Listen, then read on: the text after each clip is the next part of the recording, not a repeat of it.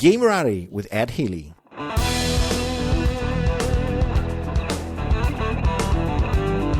Gamerati has been promoting gaming and how it's good to be a gamer for some time now on the internet and outside of it. You may have heard of it. You may have been interviewed by them to talk to them about why is it good to be a gamer. So I'm here with Ed Healy, straight from somewhere in Washington State. Well, Ed, I have a couple of questions for you. Yeah. The first one is Gamerati. Gamerati. Yeah, like game. Adi. And my second question is, why is it so good to be a gamer? I think it's good to be a gamer because of the people. For me, it's about the community. There's so many different types of people that love games, and games are a social lubricant that allow us to meet people that are interesting or different or just like us in some cases. Since I was a child, let's say fourth grade, I can remember going all the way back to fourth grade. The games were how one of the ways I was able to meet new friends and enjoy those relationships. And so for me, games are, it's good to be a gamer because of all the good things that games can bring to your life. And all the good people that you can become introduced to. Great. And with that, welcome to Channel 2. We're going to talk about... Awesome. We're going to talk about your thing, Gamerati. So when it began, when did it begin? So I didn't plan on starting Gamerati, actually. So I used to be a suit. I used to work in an office. I was an auditor for Deloitte & Touche, auditing Merrill Lynch mutual funds and whatnot. Then I worked at Comcast as an internal auditor, so making sure nobody stole money from the company or making sure they were complying with OSHA standards and customer service stuff. But then 9/11 happened, and I quit my job and went on government-sponsored camping trips in the desert for a few years, and I knew I didn't want to go back to being a suit. I thought I wanted to try to freelance in the industry, and at the time, Paizo was kind of like the place to go for freelancing. And so I spent the better part of my deployments in Iraq trying to get my freelancing career going. But right towards the end of that, WotC pulled the plug on the license with Paizo. So I was kind of in this weird spot where I'd spent all this time trying to build up my resume, and then none of the stuff that had gotten accepted was going to get published. And I was a little distraught. I was like, great, now I have to go back to being an accountant. And I wasn't really interested in that, but no, life kind of doesn't care what you think sometimes. Well, thankfully, at the same time, I was involved with Cobalt Quarterly. Well, actually, I was involved with the Open Design projects, as a backer. And Wolf had just done the first episode or the first issue of Cobalt Quarterly. I noticed that he didn't have really any advertising in Cobalt Quarterly. I mean, he did, but it wasn't a huge amount. So I just asked him if he wanted help with it. And through various things, he basically offered me a beer, and I asked him for a job. And that's how I got started back working in the industry. And all the stuff that Gamerati is pretty much has happened because I'll listen to what people say that, their pain points, the things that they wish they could do. And if I think I can do them, I would, I help. The ad network started because Wizards of the Coast asked us if they could advertise on the site, and I wasn't going to say no to the money, and it was more money, right? And it was more money than I could earn, so I just reached out to other bloggers and said, "I have money. Do you want some of it?"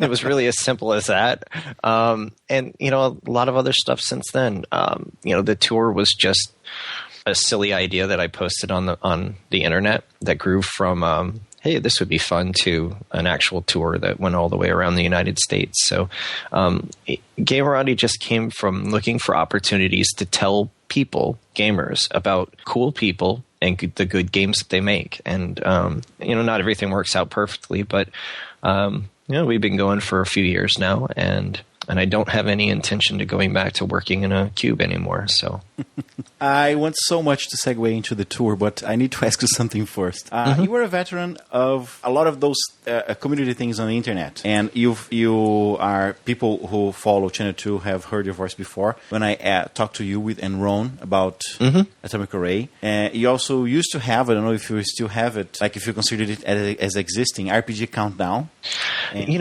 We kind of paused RPG Countdown mostly because we were getting statistics from a bunch of different places, and some of the mechanisms that we set up to get those stats kind of fell apart, and it would be very expensive to put them back in place, or whether either because we'd have to pay somebody for the programming or because I'd have to spend a lot of time doing it. And so we've kind of paused RPG Countdown until such time as it becomes easier, either in time or in money, to get the statistics to do the show. But yeah, for now it's on hold. All right. And The Forge. You were one of the founders of The Forge. Back then it had another name, right? It had, I think it was the Indie Forge or the Gaming Forge. The original name was Hephaestus's Forge. Hephaestus's Forge, yes. Yeah, after the Greek god or whatnot.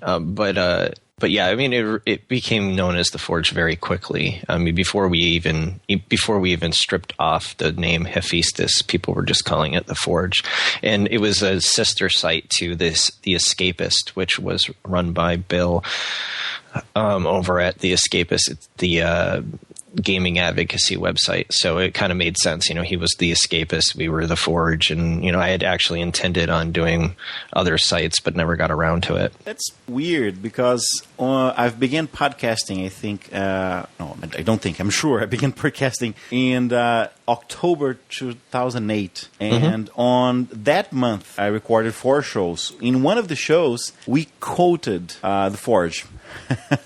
And now, cool. For 5 years later, I'm talking to one of the guy that made the Forge. To be fair, I programmed the website and kind of was part of me and Ron kind of got it going at the beginning, but Ron and Clinton and Vincent Baker are kind of the ones, mostly Ron really, that kind of changed it from a blog into a community. I had already, I could tell you 9/11 was where the pivot happened, and Clinton and Ron basically after 9/11, I went towards the military and they went towards community development. So all the cool stuff that you're kind of crediting towards me should really be credited towards them. All I did was instigate.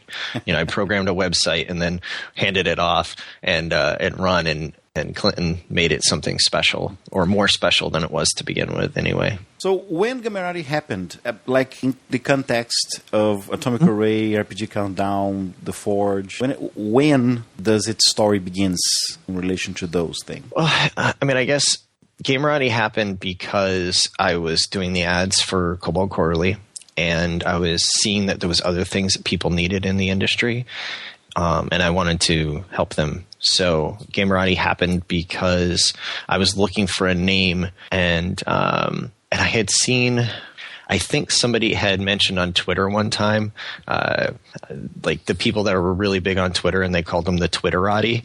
And I was like, oh, that sounds cool. I'll make the Gamerati, and I think it may have been something like that, right? It's something as innocent as that. And so I did a Google search, and nobody had Gamerati.com. So I registered it. There was somebody who owned Gamerati.net, but they hadn't used it in almost 3 years. So, I wrote them and said, hey, can I buy your domain? And they said, sure. And it was really, really cheap. So I paid them for the pleasure of, getting the .net. And but I had already bought everything else. And I talked to, I forget who, I think it was Devin Knight did the logo for me. And the logo seemed kind of cool. So it all kind of seemed to fall into place all about the same time, about 4 years ago. I didn't really do a whole lot with it at first, other than just made, so like I had Warpig Radio, and I called it, Radio for the Gamerati, and that was probably the first time I kind of used the term. But I didn't even have a website for Gamerati until last year. Oh, there's also Warpig Radio. I keep forgetting. Yeah. Forget about that. That's another thing on hold. I'm going to reprogram that next year and make it its own kind of living entity on its own.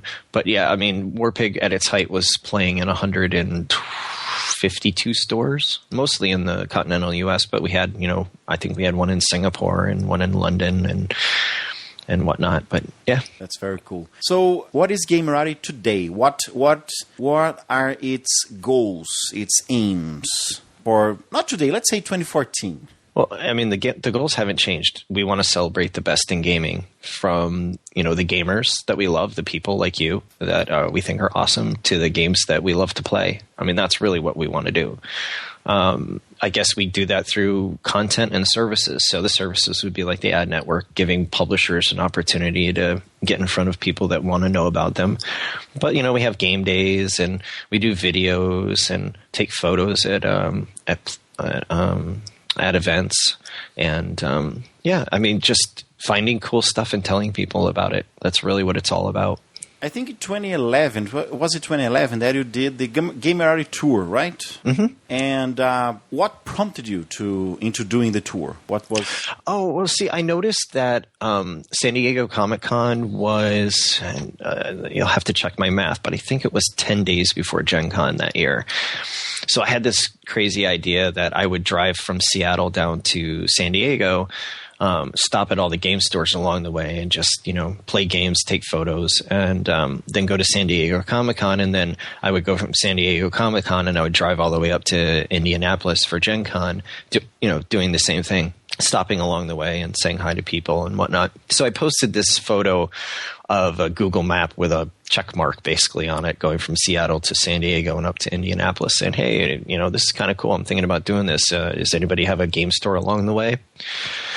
And yeah, there were game stores along the way, but there was also a bunch of people in other places saying, well, why don't you come to Boston? Or why don't you come to, Peoria, Illinois? Or why don't you come to this place? And so I looked at all the places, and most of them weren't on on that route that I had casually suggested. So on a whim, I just said, well, let me see if I could actually make a tour out of it and just go all around the United States.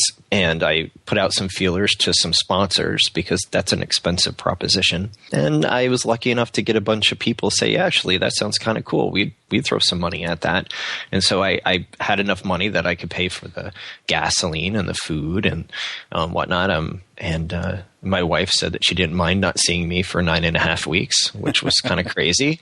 And so I, instead of doing what I had originally planned, I went to Gen Con and then left Gen Con and did a loop around the U.S. And it took about 9.5 weeks. We started after Gen Con. I got home October 3rd or October 5th or something like that. So, yeah, I was gone from middle of August until the very beginning of October that year. And there's even, I think, if we go to, tour.gamerati.com, there's a map where you went, your sponsors, a couple of videos. There's a lot of things registered here, especially by the end of it. Some Twitters that people tweeted. And what was the weirdest thing that happened during the trip? It doesn't even need to be related to gaming, but something weird that happened in the trip. One of the funniest things happened the very first stop in Cincinnati. So we went to Yada Quest, and then we went to Gateway Games in Cincinnati, and we stayed with Ed and Stephanie McWalters. If you may know them from Geeky and Genki, the website. They do The Yellow Menace with Alex Mayo, which is a podcast, and they do Live from Gen Con or whatever, that podcast. So we stayed with them, and the morning after we woke up, their cat had chewed through the power cable for our iPad. And so we had this demon cat. We called our cat the Demon Kitty. And actually, they moved out here. They're living 15 miles away from me now. I got to actually see their new house a couple weeks ago. So that's great. Now they live out near me. And I get to see them hopefully on a regular basis. But that was one of the weird things that happened. There's so many cool people I got to meet that I wouldn't say there was much weird. There's just cool stuff. Mikey Mason, who does music, that I met him at Fear the Con a few years before that.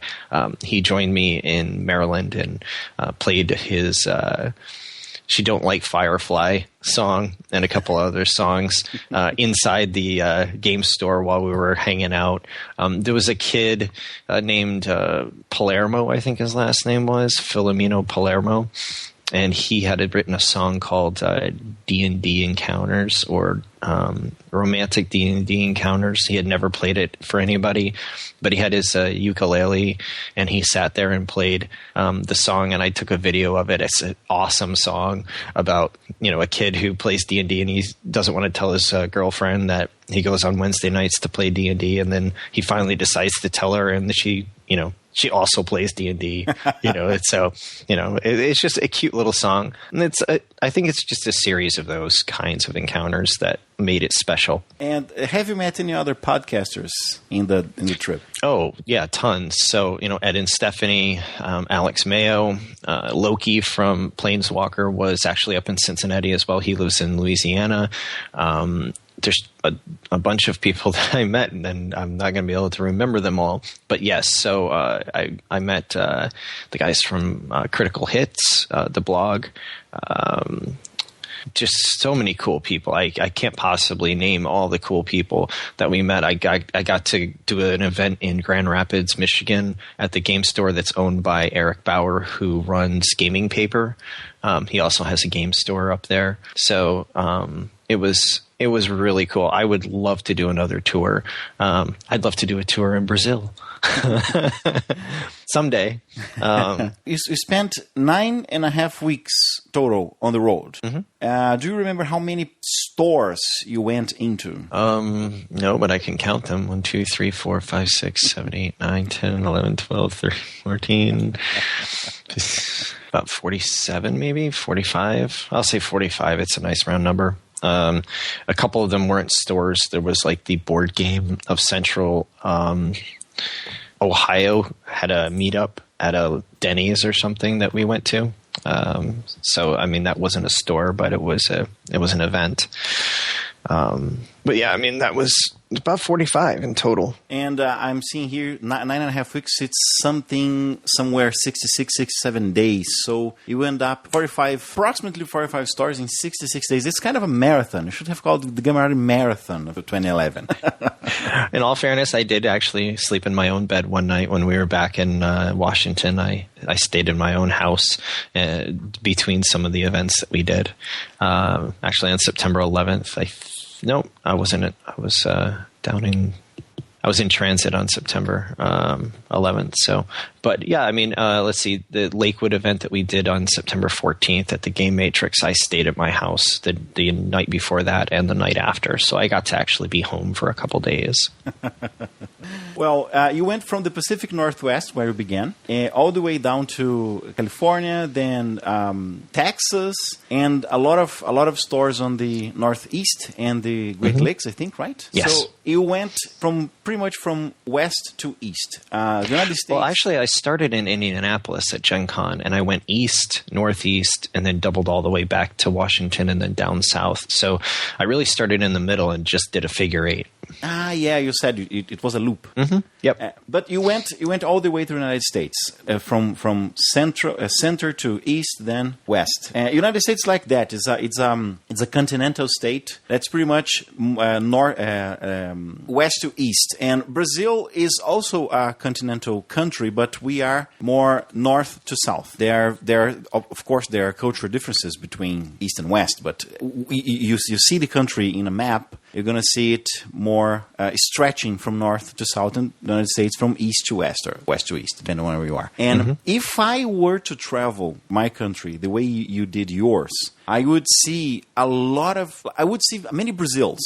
Like the food would be different, the dressing, like the clothing, accent, and some cultural, like some cultural specifics. And I actually have been in my country. I've lived in 14 different cities, towns. Actually, I've never lived in a big city. The biggest town I've lived is right now 600,000 inhabitants. in Brazil is we don't have many small towns. We like big cities. And Okay. I've steered away from them. But I've been to the extreme south and to the extreme north of the country, counting even the Amazon and Minas Gerais, where people know a lot about. There's a lot of stories, a lot of the legends of the country, the local legends, the countryside legends. They come from there. So we have that kind of cultural difference if you go south to north or north to south.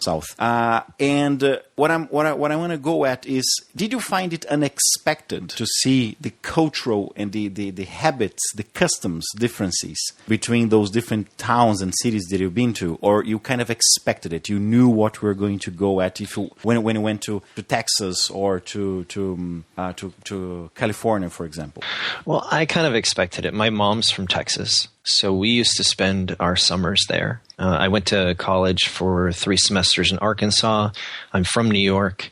I was living in Washington, so I had done a lot of traveling, actually. When I worked for Comcast, the job I had was they would send me to like Santa Fe for 2 or 3 weeks, and then I'd be back in Philly for a week, and then they would send me to Tennessee for 2 to 3 weeks, and then be back in Philly for a week, and then Detroit, So I had been all over the United States already. What I thought was fascinating was, even given the cultural differences, gamers were gamers. And I think even if I went to Brazil and sat down at a table with gamers, like I said, games, that's why they're magical, right? They're a common language that we can all speak, even if I don't speak Portuguese, I mean, we could play Ascension together, and it really doesn't matter what language we're speaking, as long as we both know how to play the game. We're good to go. It's like a common denominator. It is, and honestly, people aren't that different. I've been in Iraq, I've been in Kuwait, I've been in Bulgaria, I've been in England and France, and people are not that different. Yes, they have cultural differences as far as the way they look at things in their normal lives, but we all want to have a house and eat food, and we want our kids to be better off than we are, and we want them to have education, and the rest of it is just window dressing. I don't think people are hugely different. If you take away some of the cultural trappings, we're just people, and because of that, that's one of the beauties of games. It's one of the beauties of life, really, is meeting people. And I love differences of culture because I like being able to experience them. But I also love the fact that we're all just people. I think that's a great lesson that it's important never to forget. It's a humbling lesson. And we in Brazil, we have those kind of, every now and again, there's some idiot that starts talking about different cultures in different regions as if it's not even Portuguese anymore. You understand him, don't you? You know only one language. Mm-hmm. It's the same, like we are humans. We cannot. To me, it's a humbling thought to have. Remember that we are sometimes only a couple of dialects away of communicating with people, and I think gaming breaks down the barrier. Maybe I've known a gamer who went to China for work, and his first week was hell because he didn't know anybody, and then he stumbled upon a couple of people playing. I don't remember the game. Lady Blackbird. No way. I know that. Really? Yeah. That's awesome. That's really cool. Actually, I have a video, one of the first I Am the Gamerati videos that I did with Stan when I was on my tour. He was telling about when he lived in Japan for a number of years. I should send you a link to that. He tells a story, an anecdote about starting up a game organization that actually is still going today. But yeah, I mean, it was one of the very first videos. Maybe not one of the first, but one of the first series that I did. Because really, I hadn't started doing videos until I started doing the tour. So most of the videos that you see on the Gamerati TV, they really started from doing the tour. I got to meet a bunch of different people, like Matt Forbeck and Lester Smith and Stan, and I knew Stan already, and just game store owners and regular gamers and whatnot. I'm looking for the video, Stan. It's a hilarious story here. here it is. I'll link it to you over on Skype so you can put it in your show notes if you want to. To our listeners, Stan, actually, you should always speak his name with the screen, right? Stan! Because, Stan! He's one of the dinosaurs of, I don't know if that's a good thing to say in English. It's a good thing. Maybe not, but I get what you're saying. He's been around for a while. Yeah, he's one of those, he's an institution. He worked for TSR. I think he worked for everybody. He may have. Yeah, I know. I mean, his name is, if you look at his resume, it's very robust. And speaking of Stan, you have been to Gen Con 2013. Obviously, you have you had a pledge drive a couple of months before Gen Con. I think it even ran all the way to Gen Con to finance new equipment. Right? It was very successful, I hope. And but you've been going to Gen Con to cover Gen Con for how long now? I started covering it in 2008, so 5 years. 5 years going to Gen Con. You've been going pretty much more professionally or more as a gamer? Or I've never been able to go to Gen Con I wish I could go as a civilian, but no. Every time I tried one year, and half an hour after getting there, I was busy. So I've kind of consigned myself mentally to the fact that I'll never be able to go as a civilian. I'm always going to be working. What changes have you seen in the convention in those 5 years you've been covering it professionally? Gen Con has gotten really good at celebrations. Which to me is great. So like the video we did of the block party this year, they didn't have that stuff 5 years ago. They were just coming out of the problems with the, Gen Con SoCal, and I understand that, but Gen Con is about the gathering of the tribe, and they're doing a really good job of celebrating the fact that, hey, we're the tribe of gamers, and we get together and we meet and greet and game. And they're really good at that. They're better at it than some other places, but there's a lot of really good conventions that do the same thing. GotaCon, which is up in Victoria, British Columbia. I went to a new convention for me, not new, but new for me last year, called MissCon, which is in Missoula, Montana. They've been doing theirs for 27 years. It's more of a Origins. I have been to Origins. I went to Origins in 2000. And when I was doing the Forge, actually, and then I went back in 2012, and it really hadn't changed a whole lot. It has a different character than Gen Con. It feels more, because people compare Origins and Gen Con a lot, right? They say it's like maybe you don't like this in Gen Con, so you should go to Origins. Oh, Origins, there isn't this, so if you want this, you should go to Gen Con. Origins isn't as big, but it's because I hear them compared a lot. Yeah, I don't think it's really useful to compare. It would be like trying to compare what's it, RPG Worldcon down in Brazil, right? What is it called? It'd be like trying to RPG Fest, right? Trying to compare that to PAX. I mean, yes, there's board games and there's video games and there's the same type of content. There's people dressing up in different outfits and whatever, but they're two totally different events. They have different character. Some people. Every event has its own character. MissCon is very literary heavy. So if you want to learn about writing and being an author and whatnot, you would love an event like MissCon. You're not going to get that same type of stuff from a PAX. PAX is more about, I pay one fee, I get in, and I get to experience a lot of cool stuff. So they all have different character. But the games are very similar. The same type of games you're going to find at any event that has more than 300 people at it is going to have a very similar distribution of games. It's just a matter of how many of them there are. I think that's probably the biggest difference. Although you will find a difference. Some people love San Diego Comic-Con, right? 100 and something thousand people.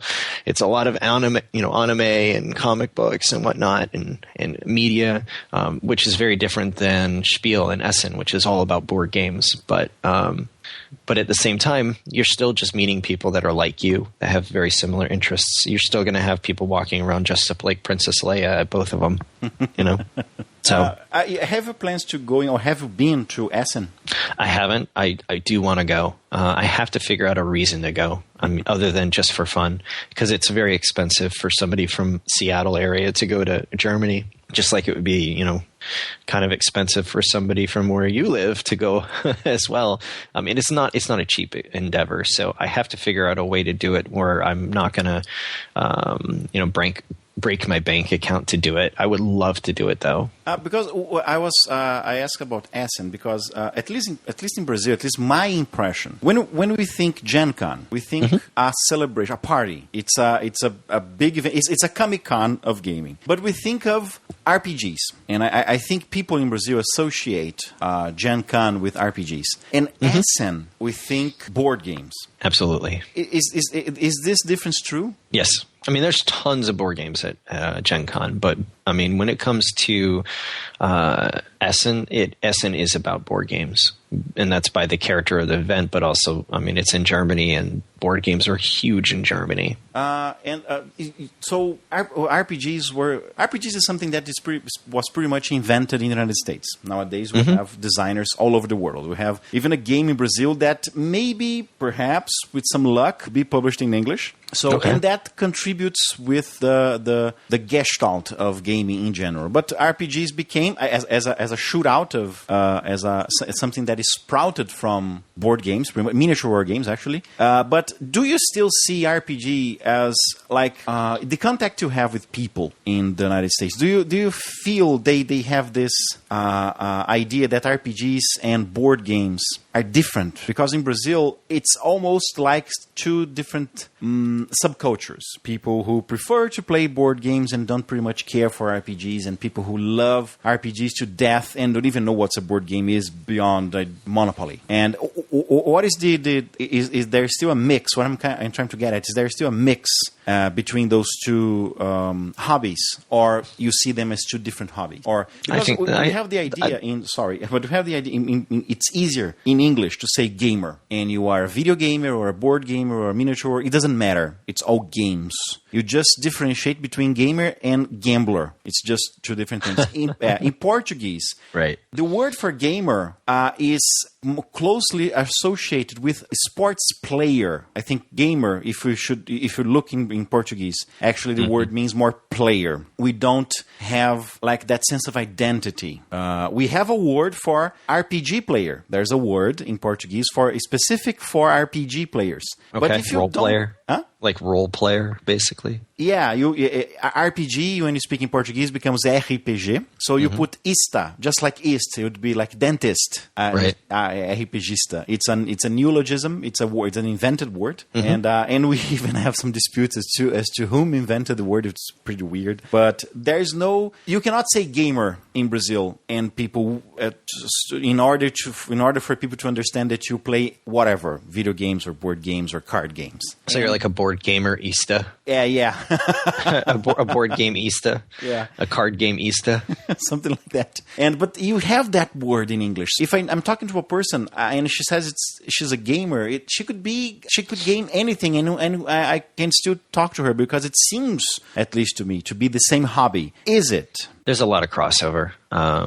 Like I was saying, I mean, we just did a game day on September 21st, and we had board games, miniature war games, role-playing games, Magic the Gathering. They were all in the same event. There is definitely people who gravitate more towards one than the other. I mean, I started out really as a role player, but as I've gotten older and experienced more different types of games, I'm kind of gravitating more towards casual board games and card games, but that's more of a feature of the fact that I have kids, and I want to, and it's sometimes easier to play a 20-minute card game with a 10-year-old than it is to play a 4-hour role-playing game, But then at the same time, the types of games on the role-play side have morphed and changed. So the story games, for instance, you mentioned Lady Blackbird, but like I took my 8-year-old to a story games meetup in Olympia, and we played a story game that's basically Ghostbusters on a railroad, and she had a blast. She loved it. So there are, quote, role-playing games or story games that kids can play. Crafty Games has Little Wizards now, which is it's a role-playing game based that was created by the guy that made Seven Wonders, the board game. So even the designers cross-pollinate and make board games or card games and role-playing games. The same people make different types of games. I play video games as well, not as religiously as I play other types of games, but I do. But some people don't, right? Some people only play Magic the Gathering. They don't play anything else. And that's okay, right? Some people only watch soccer or football. They don't watch golf or play golf, or if you're talking about sports. And I think that as a hobby, the playing of games, non-sport games, is very similar to any other hobby. You have the generalists and you have the specialists. Oh, absolutely. I mean, let's say in Brazil, I mean, I'm sure that you guys have more than just football as far as sports, right? I mean, I'm sure it's, football is probably the most popular game in Brazil. Yeah, soccer is Brazil's baseball. But we have... No, exactly, right. But I'm sure that people do play basketball in Brazil. They just don't do it. There's probably just, not as many of them. There probably are people that only play basketball and don't really like playing football. There's probably a lot fewer of them, but there probably are some. Games are very much the same way. I mean, there's people that only play console games. They would never even consider going to a store and buying a board game. But whatever. Maybe they just haven't had the opportunity. Maybe they will eventually. Who knows? But at the same time, I like meeting them all. I like meeting all of them. Give me all the gamers. There's been some cross-pollination in the industry. Like we have, for example, Fantasy Flight Games releasing Gears of War board game. Yes. I think you're right. And in all those years as the Gamerati, what changes have you seen in the industry? Where was the industry when you began Gamerati, and where is it now? Well, let me go back a little bit further than that. I mean, let me go back to when we did the Forge, because what I'll do is I'll read for you what the mission statement for the Forge was, and that will give you an idea of how things have changed. So I had originally written, when I wrote the first page for the Forge, I said the hobby game industry has no lack of companies and products to choose from. Gamers can go into their local shop and see shelves stocked with Dungeons & Dragons, Vampire the Masquerade, and GURPS. And I went on to talk about other stuff. But, I mean, GURPS isn't published in print really as much as it used to anymore. Dungeons & Dragons is now in its almost fifth edition, and it was second edition back then. Vampire the Masquerade isn't even published anymore. It's gone through, the storyteller games, and there's a lot of other games. There's the Pathfinders on the role-playing side, but there's tons of others. The story game crowd is huge. I mean, there was no Fiasco back then. I would say that, at least from the tabletop role-playing game side, there's more choice now. And there's also not just more choice as far as the types of genres of games, but also the types of games. There really weren't in that day. I mean, there were, but they were mostly free on the internet. But you couldn't really buy games back then that were not traditional D&D-esque type games, The Lady Blackbirds didn't exist back then. Or if they did, they were so niche, they were hard to find. And that's really kind of one of the things the Forge helped do, which was to kind of shine a light on these other alternatives to the main games. That being said, board games have changed as well. So, what you talked about Monopoly. There was games like Clue and Life and those type of things. Some people might consider more like toys than games. But now you've got, the Euro board games with Catan, and you've got the deck building games, and you've got games like Dominion, and you've got other type of hybrid games. And so I think that what you see is over time, the games morph and change. I mean, Magic the Gathering didn't even exist when the Forge was started. Oh, no, it did. Never mind. Ignore me. I'm stupid. It had been out. No, I don't know. Yeah, the Forge was 99. So, yeah, I mean, Magic existed, definitely. But, let's look at Magic. I mean, before Wizards of the Coast, there were no CCGs. So I'm guessing that, somebody is going to come up with other type of games or hybrids of games. I mean, what technology might influence games in some fashion. I play a mobile game on my phone called Ingress, which is honestly, it's not a very good game, but it allows me to meet people, so I'm fine with it. And it's a MMO that you actually have to physically be at a place in order to play it. So if I was down at your house, I'm sure that I could be playing Ingress with people in Brazil. It's a worldwide game, but you play it using your mobile phone. So, I just think the types of games have expanded, and they've become more specialized. So there's games that you play. There's always been, for instance, miniature war games for people who are interested in historical battle recreations. But in 2000, Avalon Hill came out with a game called Battle Cry, which was a board game that allowed you to put miniatures on it to recreate battles from the Civil War. Then they did a really good job of it. I just think that, all you're going to see over the years is more cool adjustments on options and people taking from one column and adding something new and giving you a new experience.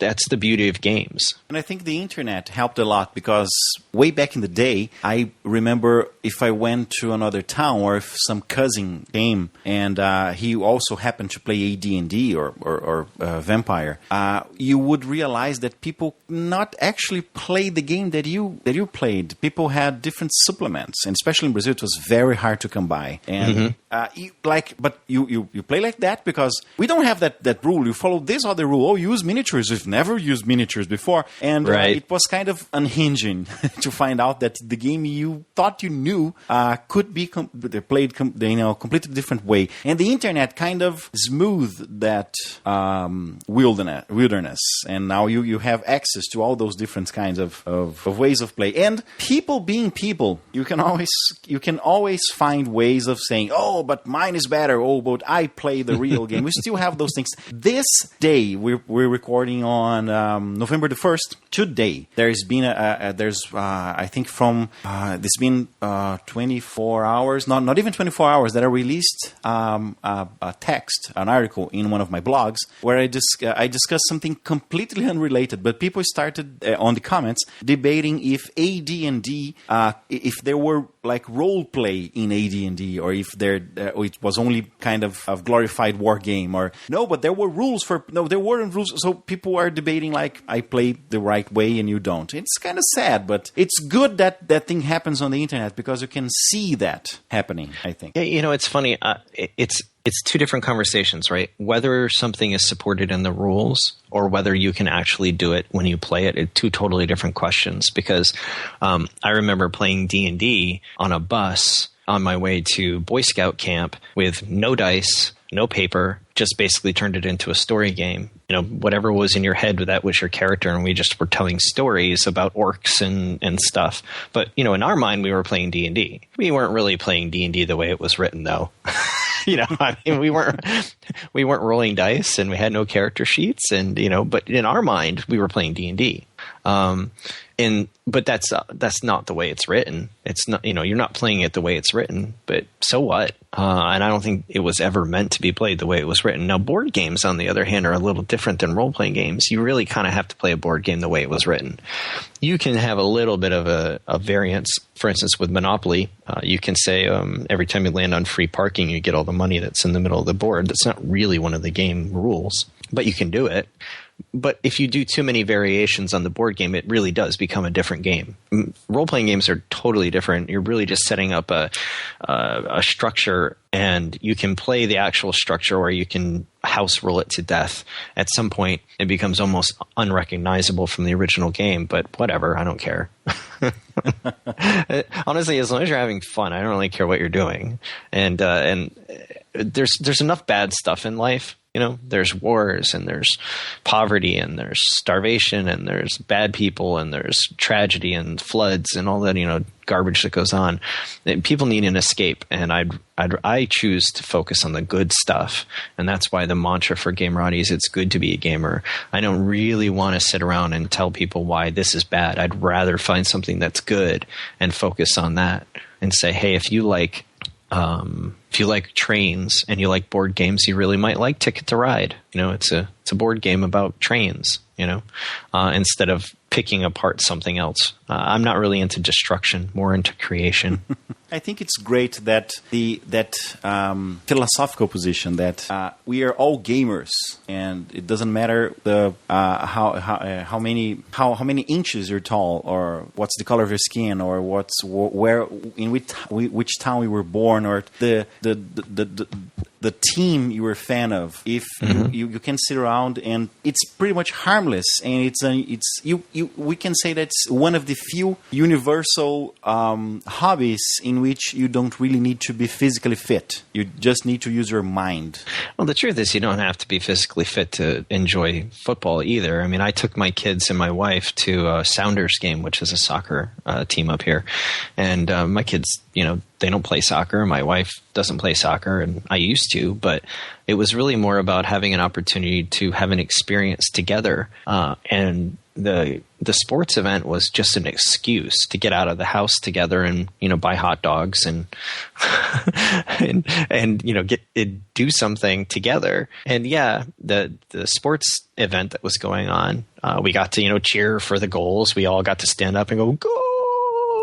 when there was a score, and it was great, but games are the same way. I think it's kind of hard to play soccer in your living room. Well, I mean, you can watch it on TV, right? But it's not the same. It's not the same as actually being at the stadium with all the people. When there's 66,000 people with you watching this event, it's totally different than watching it on TV. Even if there are 66,000 people watching it on TV, you don't get the same experience. And so, I think instead of saying to remember that we're all just gamers, just remember we're all people, and people need other people. You mean, honestly, Marcelo, you're special because you're alive, and I wish people would treat each other well, simply because it's good to be nice to people. And games are a good way to break down barriers so that you can experience the joy of having camaraderie and friendship and whatever. I think it's one of the ways, not the only way. I know. I think I know where you're getting at. It's one of the many ways that we have to connect. Yes. To find solace. I've met many of my friends playing games. I could have met them in the shooting range, talking about guns. If you have something common to talk about, something you are passionate about. And I found that my passion is gaming, especially board games, because I got my wife into playing the hobby. Like when we met, she didn't really play RPGs. She tried a couple of times and she didn't like the thing. But when I found out that she used to play Master and Hero Quest as a kid with the cousins, and we play board games almost every night and almost every weekend with a couple of friends that are couple. So I found my solace, my way of connecting with people. We wouldn't be talking right now if I weren't such enthusiastic. I'm so enthusiastic about gaming that I have 3 or 4 podcasts to talk about the thing. So right. I see what you mean. As long as we have something in common that we can see the other as not as the other, but as a reflection of myself and me, and they reflected on us. There's of all the bands, there's a song, a Kiss song. It's called "We Are One." It's pretty much like that. As long as you see yourself in others and you see others in yourself, you stop bickering about regional differences and cultural differences. And I found that gaming gave me that mindset. Stop thinking of paulistas and mineiros, and I think of gamers and how everybody can be a potential gamer. Yeah, they can. Well, we want them all. We've passed the 45-minute mark. It's where normally I set my clock. Okay. And we could keep on talking, I think, the whole my afternoon. I think it's morning there, right? It's 11:18 a.m. where I am right now. So you should be having lunch in a couple of moments. It's been a great pleasure. It's second time you come here. I think I'm going to call you once a year for Channel 2 to talk about something. All right, anytime, man. You should call me. We should figure out a way for me to get down there. I'm actually also talking with some guys in Colombia about going to Bogota and doing a video about the gaming community in Colombia. So, I'll be right next door. Okay, Ed, it's been a pleasure. See you next time. All right, thank you. You've been listening to Channel 2. You can find show notes and contact email at channel2.podcast.com. We're also available through the iTunes Store. Feel free to rate the show and leave a 5-star review. Our theme song, Feel Forward, by Brazilian guitarist Marcos Klein, is used by Produzido, entre.